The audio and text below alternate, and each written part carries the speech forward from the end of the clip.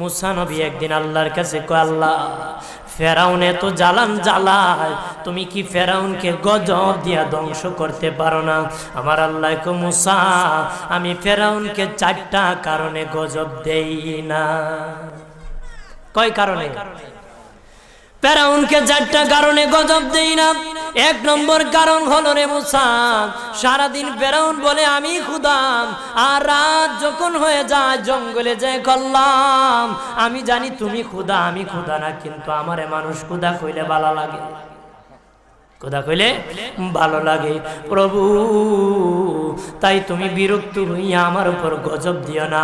আল্লাহ বলে, মুসা রে ওই ফেরাউনের রাত্রির দুয়ার কারণে আমি আল্লাহ তার উপর গজব দেই না। 2 নম্বর কারণ হলো, আরে মুসা তোমার মুখে দাড়ি, ফেরাউনের মুখে দাড়ি, তোমার বরণের জুব্বা, ফেরাউনের বরণের জুব্বা, তোমার মাথায় পাগড়ি, ফেরাউনের মাথায় পাগড়ি। আমি যদি গজব দিই, জুব্বার বেজ্জতি হবে, পাগড়ির বেজ্জতি হবে, দাড়ির বেজ্জতি হবে। মুসা রে ওই জুব্বার পাগড়ির ইজ্জত রক্ষার কারণে আমি আল্লাহ ফেরাউনকে গজব দেই না। 3 নম্বর কারণ হলো, আল্লাহ বলেন মুসা রে মুসা 3 নম্বর কারণ হলো, ফেরাউনের বাড়িতে একটা এতিমখানা আছে, প্রতিদিন দুপুর বেলায় এতিমরা ফেরাউনের বাড়িতে মেহমানদারি করে। তারা খাওয়ার পরে আমি আল্লাহর কাছে দোয়া করে, আল্লাহ তুমি যদি গুসা হয়ে ফেরাউনকে গজব দিয়ে ধ্বংস করে দাও, আমরা এতিমকে কে খাওয়াইবে রে আল্লাহ, আমাদের দোয়ার বরকতে ফেরাউনকে গজব দিও না।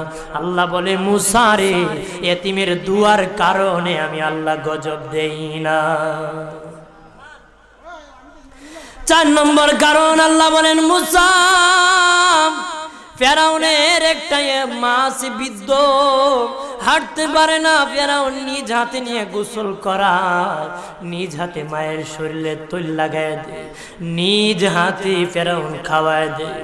যখন খাওয়ানোর পরে মা বিছানার মধ্যে ঘুমায় যায়, ওই ফেরাউনের মা আমার কাছে 2টা হাত বাড়ায়, আল্লাহ আমার ফেরাউনকে যদি গজব দিয়ে ধ্বংস করে দাও, আমি মায়ের সেবা কে করবে? আল্লাহ বলেন, মুসা রে ফেরাউনের মায়ের দুয়ার কারণে আমি আল্লাহ গজব দেই না।